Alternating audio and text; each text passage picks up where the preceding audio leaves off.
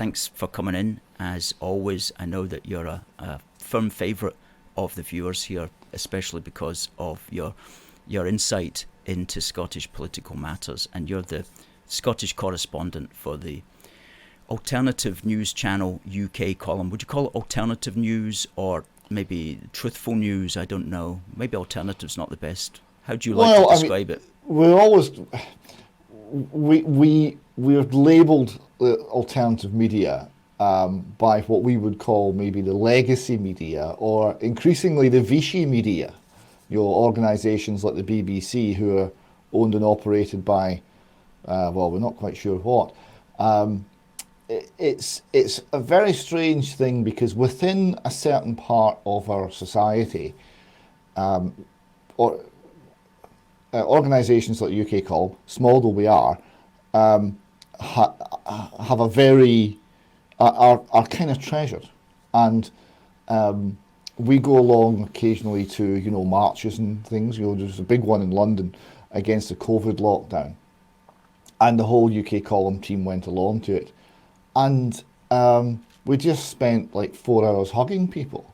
The reaction is very touching and very warm, and so within the small subset of people in this country who are, shall we say, thinking, analysing things for themselves, who are questioning the official narrative, they've kind of taken us to their hearts, and it's a real privilege for us to be in that position.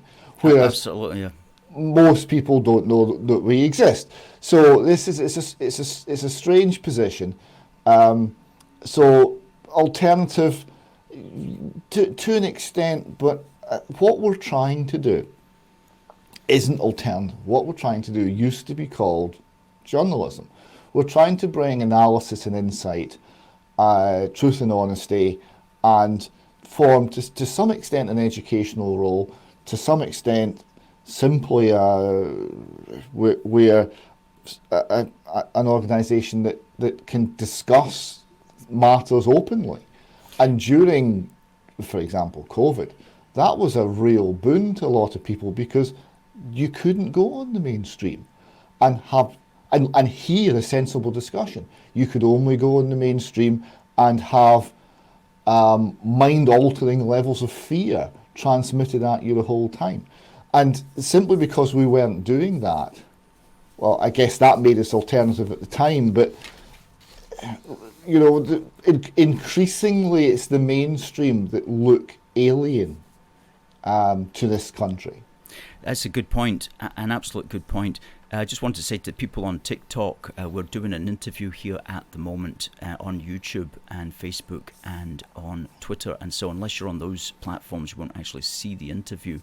But you're absolutely right. I mean, Tucker Carlson got knocked off of Fox News, and last night he did his first ever Twitter show, which was just a 10-minute broadcast. And oh my, some of the stuff he was saying on it, he was covering all the bases. It was going from everything from the Ukrainian dam burst to 9/11, which I just mouth dropped open when he mentioned that, and one or two other things. And he said millions of views. It's like, I don't know what, I looked at it this morning, it's 125 million views, and just a 10-minute broadcast. So it'll be more than that just now. So incredible stuff. And who's watching the legacy media, as you say? Yeah, it's a good point. It's so good though that you're doing what you do at UK Column, and I know some people personally who watch and tune into you every day on Facebook or on your website. Good. Yes. Now I know that you wanted to speak on a couple of matters today, and one of them involved something that the Liberal Democrat Alex Cole-Hamilton mentioned. And so what I suggest is we just play the video of Cole-Hamilton. Well, just go ahead by means of introduction. Briefly, just a little bit of introduction. This was greeted in a very strange way. Right? I'll just quote from the National because someone's got it.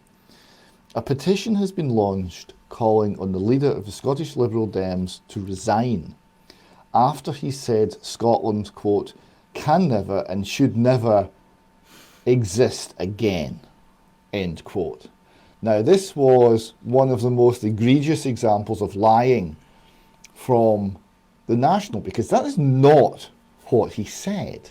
What he said was far more interesting, and that's what I'd like to discuss with you tonight. So, yeah, if you could play the clip, we'll pick it up from there. I was talking about the clash of nationalisms. There are two nationalisms that have bedeviled Scottish politics for more than 10 years. There is, of course, the Scottish nationalism of the SNP, but there's the Brexit nationalism of the UK Conservative Party. We are a people trapped between flags, between politicians who mythologise and pine for ancient nations that can never and should never exist again in the global world in which we find ourselves, against those threats, those existential threats I defined at my outset. Now, there is much to be ashamed of our common heritage in these islands. There are maps drawn by British cartographers which still spark wars in old colonial countries. But for all the darkness that lies in our wake, such light exists as well. In the Homes for Ukraine, the NHS, the BBC, the kinder transport. You know, the British people are a good and nurturing people, internationalist of outlook. So much in there to unpack. For goodness sake. Everything from Brexit nationalism to the kinder transport. I had to look that up. So yeah, well, yeah, there's a lot in there.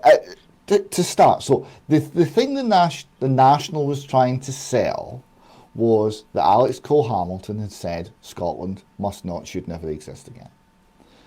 What Alex Cole-Hamilton actually said is that a nation, the nation, any nation, including Scotland and Great Britain, should never exist again, must be consigned to the history books.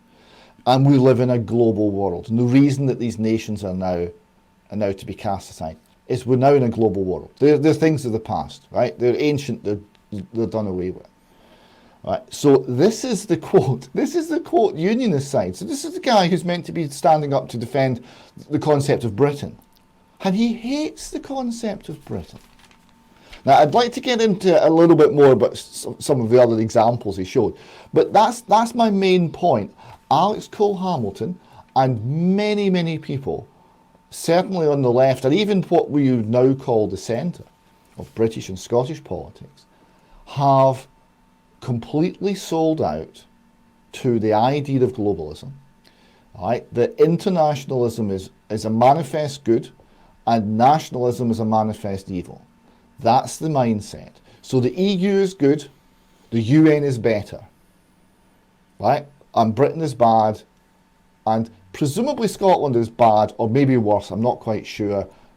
And his position in the Scottish Parliament is to do what? It doesn't seem to me to be any round logic in his position. But that's the basic idea is internationalism good, nationalism bad, globalism good, localism bad.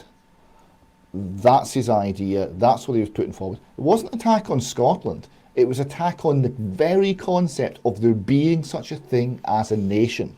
Good point. What? Yes. So, yes. So, I mean, what did you make of that aspect of it? Well, I'll just read his quote again here. He said, "We are a people trapped between flags, between politicians who mythologise and pine for ancient nations that can never and should never exist again in the global world in which we find ourselves." So as you quite rightly pointed out, he wasn't just talking about Scotland. He got it in the neck as if he was talking about Scotland, but he was actually talking about Britain as a nation as well, and he's very clear about that.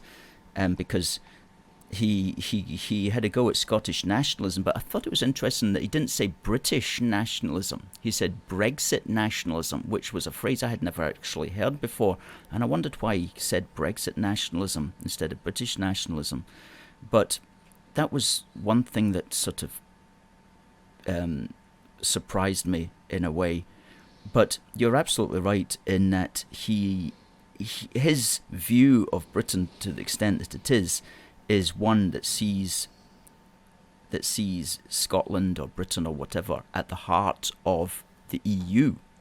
So he's putting the EU as the goal, as the noble shining light at the end of the road that they're trying to reach, not Scotland or Britain. And I thought he was wrong anyway. I mean, there's nothing wrong with mythologizing Scottish history if you want to. I mean, that's fine if that's your bag. It's not a bad thing necessarily to do that. But it's all about globalism, and that's the same. Even the SNP are highly globalist, even though they will mythologize Scotland's past. The Scottish future that they want is one that's definitely part of the EU. Yeah. We'll come to the SNP in a minute, because this next clip we've got, it covers them. Just on Alex Cole-Hamilton, this is a man who's meant to be, he's part of the pro-union side in Holyrood, right? So this is, unfortunately, this is what's defending your position in the parliament that's meant to represent you, right? And it's a million miles from your position. Now, he then talks about, well, there's much to be ashamed, and he started off with shame. There's much to be ashamed of in the history of Great Britain. Yeah. Right, now this is a very difficult one, because it depends what you're comparing it to. If you're comparing it to the kingdom of God, yes, because we're a fallen people and a fallen nation, and we're stiff-necked, and there's a lot of problems. If you compare it to any other nation, not so much. Right, and I would put it to you that compared to the other fallen peoples of the world, we actually had a pretty good record. And then he says, but there's light as well. And what does he give as an example of the light? Right, the policy with respect to the Ukraine war. The NHS, a Stalinist-based idea, which has basically been failing since the day now that it started and is consistently in crisis. And the BBC, who lie to us daily. Those are the points of light. So what we did, where we drew the lines on the map, in other words, the role we played in being the global hegemonic power for not only over 100 years, but the most peaceful 100 years the world has ever known, which I think is a point that could be remembered here, Mr. Cole-Hamilton. Right? If we don't like war and we think killing people's bad, the British Empire was very good compared to every other human effort at providing a hegemonic power. Right? And against that, the decades-long campaign to end slavery, the ensuring freedom of the seas, ensuring free trade, bringing law, bringing the idea of equality before the law, and bringing the idea of discussion and not brutality to many, many parts of the world. Against that, which he likens as darkness, on the positive side, we've got the BBC, the promotion of the Ukraine war, and the NHS. So you see the intellectual bankruptcy of the position. This is what happens if you sell out intellectually. No, sell out's wrong. That's unfair to Mr. Cole-Hamilton. I don't think he's sold out. If you are intellectually crushed, demolished, subdued by lies, if you don't have the patient's integrity, guts, insight, discernment, I don't know what, all of that, I suspect, to stand up against the lies and take them on. If you think, well, I'll go along with the lies because everyone believes the lies, so I'll surrender to the lies. I'm now on the side of the masses. And I believe all these things, even though they're not true. You're left intellectually bereft, and you cannot form a coherent argument, because that was not a coherent argument. No, I didn't find it a convincing argument whatsoever. Apparently, the Lib Dems actually did win the debate. but then again, he was against Alex Salmond, so I don't know what the quality of the debate was like. But yes, it's not an intellectual argument. It's not somebody you would want to put forward and say this is the man that's going to make the case for Britain, as it were. Exactly so. And also wearing a kilt, quite frankly, I thought that was trying too hard, and it wasn't fitting him properly either. It was like below the knees and everything. It just looked terrible. Yeah. The whole thing was just like, oh my goodness me, don't do that again. So that's the quote unionist side, and for balance, right? Because like the BBC, I've also got a clip from the nationalist side, which in its own way is every bit as extreme. This is Angus Air Miles Robertson. Some nicknames just work. So Angus Air Miles Robertson talking about what it is to be a Scot. So it's the same area, it's a different aspect, but we're still talking about the nature of being in a nation, what it is to be a member of a nation, right? So for Alex Cole-Hamilton, it's a shameful thing that has to be consigned to the past, right? So here we've got the allegedly nationalist party, and we all know there's no such thing, they're an internationalist party, the SNP. Grandee now of the SNP, although he wouldn't run for leadership, probably quite wisely, talking about the Scottish diaspora and what it is to be a member of the Scots diaspora. Okay. Somebody who lived abroad myself for a decade, I understand the pull of home and desire to celebrate and gather with other like-minded diaspora Scots. And this is why we've decided to expand our approach to adopt a broad and inclusive definition of diaspora. We want to strengthen and expand Scotland's links, not only with those of Scottish heritage, but also to include people who've lived in Scotland for any reason. This includes alumni of Scotland's world-leading educational institutions, those who lived and worked in Scotland, including our fellow Europeans who came here under European Union freedom of movement and contributed so much to our country. And Scotland's relationship with Europe remains strong. The Caledonian Society of France celebrated its centenary in 2022. There's a Scotland hub at the University of Mainz promoting Scottish culture. Diaspora and community is one of the priority areas in the Ireland-Scotland joint bilateral review. And beyond that, we will reach out to those with a professional, a business, cultural or other links to Scotland, our affinity diaspora. Expanding our definition of diaspora means that we must work across many geographies. Tens of thousands of students from China, from India, from Nigeria, the United States, and many other countries besides, over 82,000 of them alone in 2021-22 benefit from Scotland's world-class universities. For crying out loud! That's. I'm just making some notes there. That's broadening the definition, as he said, quote unquote, broadening the definition to virtually the entire world. To the entire world, right? So if you're sitting in Nairobi, but you have once ordered online and purchased a Tunnocks tea cake, you're part of the Scots diaspora. If you've been the low-cost mini break to Inverness, you're part of the Scots diaspora. If you've been in a stag night in Edinburgh, you're part of the Scots diaspora. Where does he draw the line? There is no line.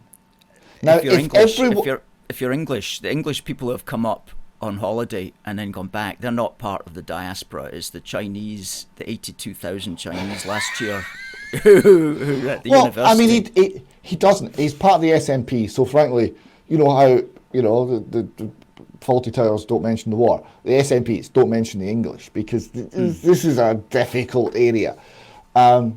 They're not really comfortable with the concept of the English.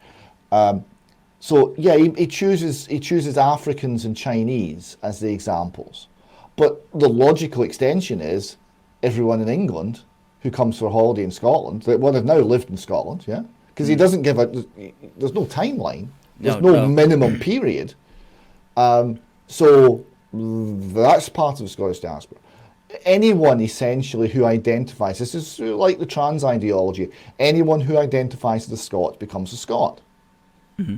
Just Yes. anyone who identifies as a woman becomes a woman.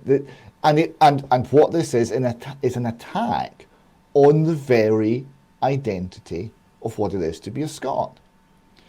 And this it destroys the very thing he's allegedly speaking to raise up.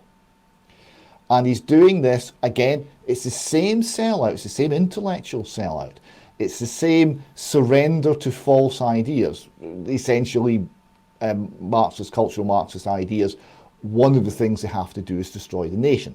Another one, and a related one, is to destroy the family, and another related one is to destroy the church. So you can't believe in anything, and you can't identify with anything in a real way that matters, but you identify with everything in a funny way that doesn't matter.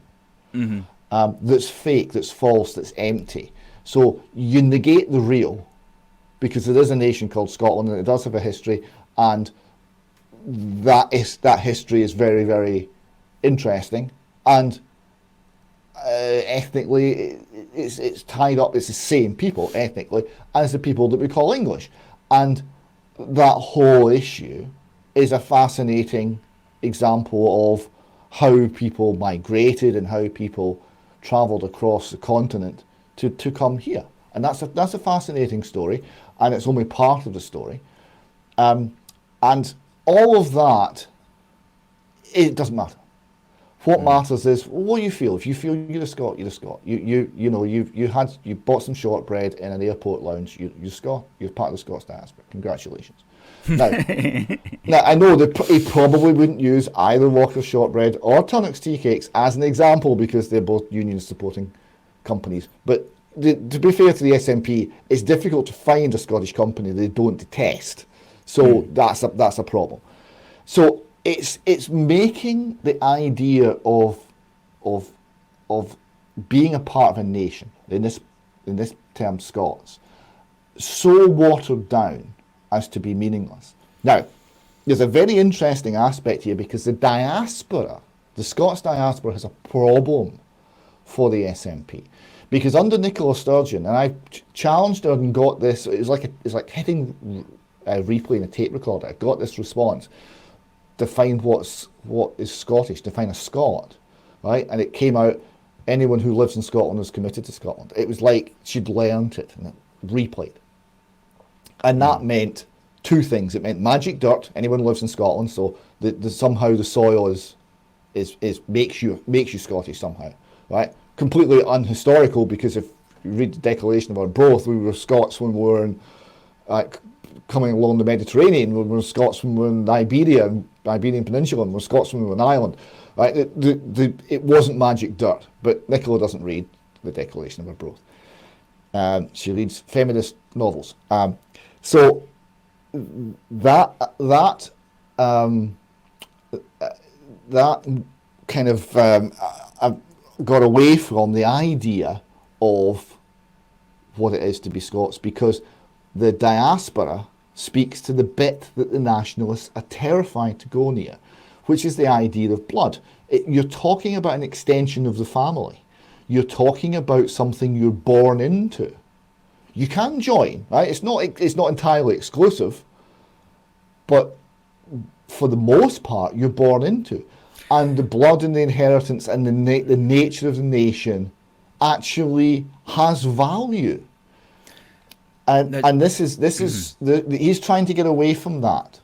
That's a good point, and I'm glad that you said that. They're basically just trying to change the definition of the diaspora from something that traditionally it's been Scottish people of Scottish heritage, and that is too close to the bone. It's too politically incorrect. So let's just change the like what they did 2 years ago. They changed the definition of a vaccine from what most of us thought it was to something that is completely new. They're just changing the definition here. When words don't fit the world that they're trying to bring in, when words don't fit the policy that you're trying to promote, then just change the definition of the word. Let's just say diaspora is everybody, as you say, who's basically had any kind of, if you've been sitting in Mogadishu, and you Googled a Force for Good's website, you've got a connection with Scotland now.